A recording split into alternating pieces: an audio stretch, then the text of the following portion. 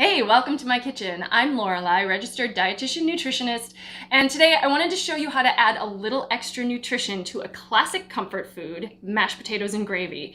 So I'm going to show you how you can make mashed potatoes with cauliflower and a miso mushroom.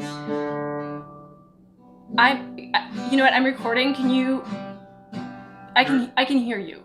Oh, I'm sorry, I couldn't hear you, and I was pressing. What's going on? No, I'm recording right now, so I can't. Now? Yeah. Oh, sorry. Oh, okay. I told you I was gonna record. I know, I didn't know it was now. But I mean... What you making? I'm making mashed potatoes with cauliflower and miso mushroom gravy. MISO, that's like soy sauce, right? It's like a fermented soybean paste. So you can get drunk on it? No. Can you make mashed potatoes with cauliflower? Aren't they like different things? Yeah. Do you like mash it? Yes! Just mash it all up in there and it all comes together. Lorelei's making food. She's chopping it real good. I'm actually making a video right now and I can't do it with you. And it turns into the foods. Joe's been practicing a lot of guitar during quarantine. Yep. Gotta do something. Yeah, well you can help me chop some vegetables. This actually requires a lot of chopping. I could use your knife skills. Joe is going into the other room today. So that's a no. Joe is just gonna play his guitar all the day. Yeah, but I have to. Can you not play it while I'm recording? Yes. Thank Good you. luck. Oh, okay. Thank you. So mashed potatoes with cauliflower is really just as simple as it sounds. Some people will do just plain cauliflower, but I actually like to do a combination of potatoes and cauliflower because you kind of get the best of both worlds. There is nothing wrong with potatoes. So potatoes are a perfectly healthy food. They are nutritious. Leave the skins on. And then cauliflower is obviously going to add some vegetably goodness to this mix as we blend it all up. So I'm going to chop the potatoes, I'm going to chop the cauliflower using kind of a mix of potatoes. I might even use a little bit of this sweet potato just to add another little flavor level. While I'm chopping the potatoes and cauliflower, I'm going to bring some water to a boil. I'm going to plop those in there and boil them until they are tender. You can usually tell that they're tender if you stick a fork into them and it just pierces through, and so then we'll be able to mash them from there. I guess I'm not going to get any help with the chopping, but that's okay. I can chop pretty fast. Lorelei's making food. She's chopping it real good. I'm probably going to only do about half of this sweet potato. Lorelei's chopping food. I hope it turns out well for you.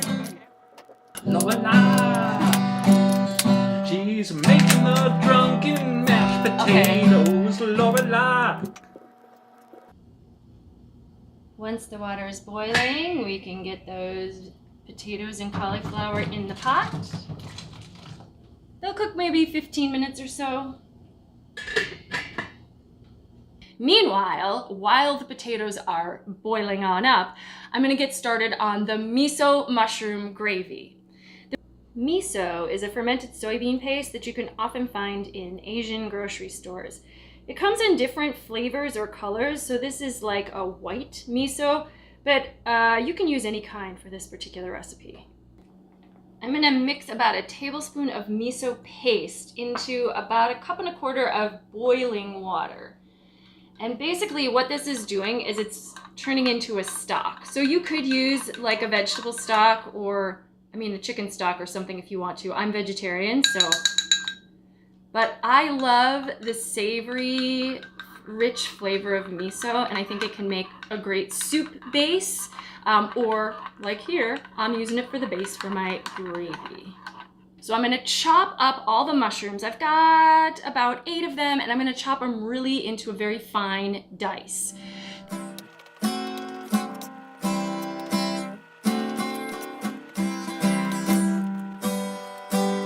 This gravy also has a roux as a base.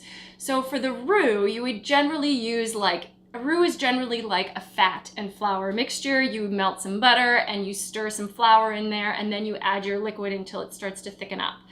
This one, I'm gonna use coconut oil. I'm gonna make this gravy vegan, so I don't wanna use butter. I could use a vegan margarine, but I'm gonna go with the coconut oil, maybe a couple of tablespoons. But before I add the flour, I'm gonna add in those mushrooms and get them good and sauteed. I might add like a shake of salt to those mushrooms just to kind of bring the juices out. Maybe some pepper. And then I'm gonna toss in about 4 tablespoons of flour. Sometimes I use whole wheat flour, but it's probably gonna be a little smoother with just regular white flour. If you're not a flour eater, if you're gluten-free, you could use certainly a substitute. A little different than a classic roux because the flour is going into sauteed mushrooms as opposed to pure fat. And so the mushrooms do tend to get kind of just coated with that flour, but trust me, this does sort of all work out. Trying to get the flour kind of toasty and cooked up. And then I'm gonna use about 2 tablespoons of nutritional yeast, which is also gonna add some sort of savory, nutty flavor to this gravy. I don't measure a lot of recipes, but this one I kind of do. Once that's all mixed up, I'm gonna slowly add the stock, which is my miso broth, to it, about 1/4 cup at a time.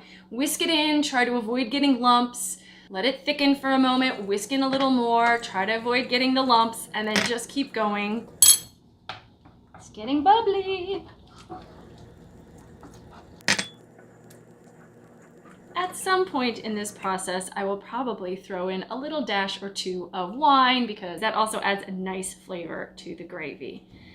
Not a ton, but use your own judgment. Just keep this going until all the liquid is incorporated and it's as smooth as you can get it, although there will be mushroom chunks in there. The mushrooms hide the lumps. Smells really good. And then you'll just let it simmer very low until it starts to thicken up. This is definitely one of those recipes where it can be a little challenging to get everything done simultaneously. So my gravy is simmering, my potatoes and cauliflower are still cooking, but I think they're very close to being tender enough. How you guys doing? I think they'll do. Once the potatoes are done and cauliflower, you can strain them, put them back into the pot, and then you're just gonna mash them on up. I have a sink over here. And then you can just put them right back in the same pot to mash. At least that's the way I do it, because why use an extra dish? You can use a masher, or ooh, steamy. I actually like to use a mixer. I'll start just by kind of mashing them with the beaters before I turn it on. I wouldn't go food processor or immersion blender with this, because it can kind of break down the starches too much and they can sort of get a little bit gummy. Mash/blend to your level of chunkiness. Once you've got those mashed up as best you can, then you can add whatever you like to add to potatoes. So salt, pepper, I'm gonna add a little bit of plant-based milk. Unsweetened though, I would not want to use a sweetened milk in here because that would taste weird. And probably a little bit of non-dairy margarine. Personally, I wouldn't go with globs and globs of butter, but if that's your preference, so be it. There are vegetables in here. I won't judge.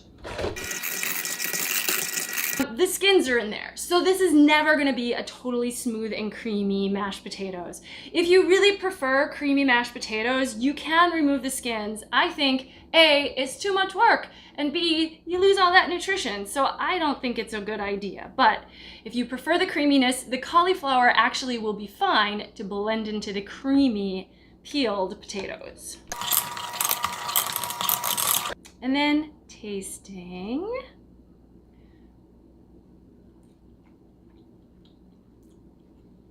These are a little chunky, but they still taste good.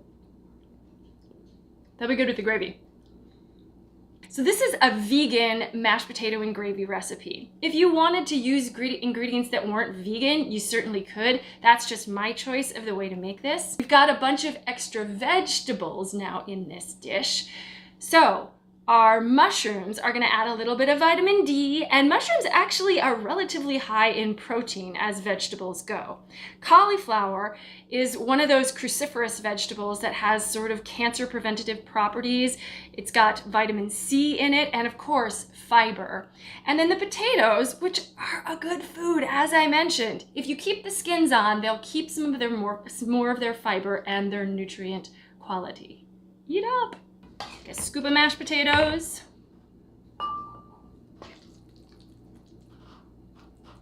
And put on some gravy. And then you can taste it. It's gonna be a little hot.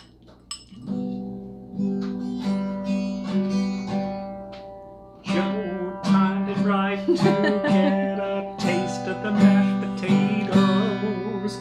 Hoping it's alright to get a taste of the mashed potatoes. Like to try the hot. Why you try to burn my face? Thought maybe you would stop singing if you had potatoes in your mouth. Seems kind of passive aggressive. Passive aggressive mashed potatoes. Alright, that's alright. None for you then. So sad. What am I gonna do? Poor Joe.